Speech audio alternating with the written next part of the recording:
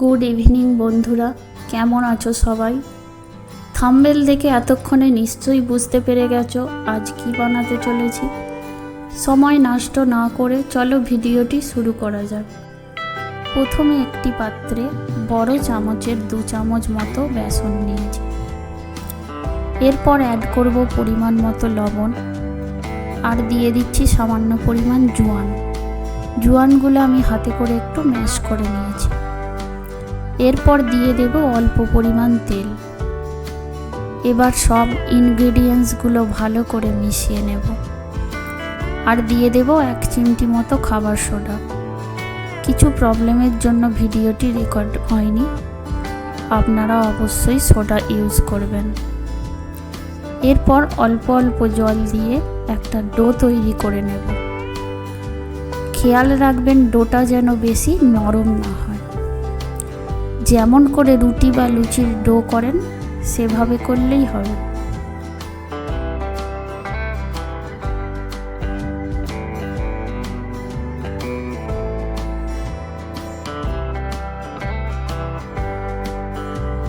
ডোটা রেডি হয়ে গেলে ছোট ছোট লেচি করে নেব।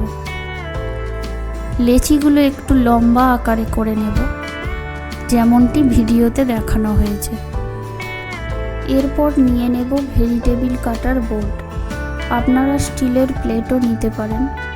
লেচিটাকে বোর্ডের কর্নারে রেখে হাতে করে চেপে সামনের দিকে নিয়ে গেলেই রেডি হয়ে যাবে। এরপরে একটা পাতলা ছুরি দিয়ে কেটে নেব, ঠিক যেমন করে ভিডিওতে দেখানো হয়েছে।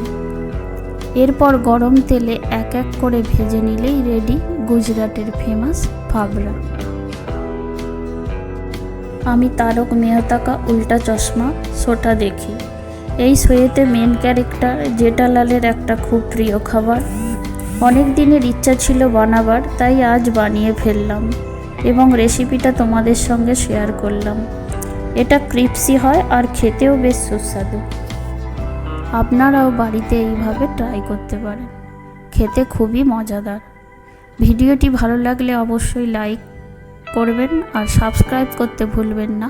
দেখা হবে খুব শীঘ্রই পরের ভিডিওতে।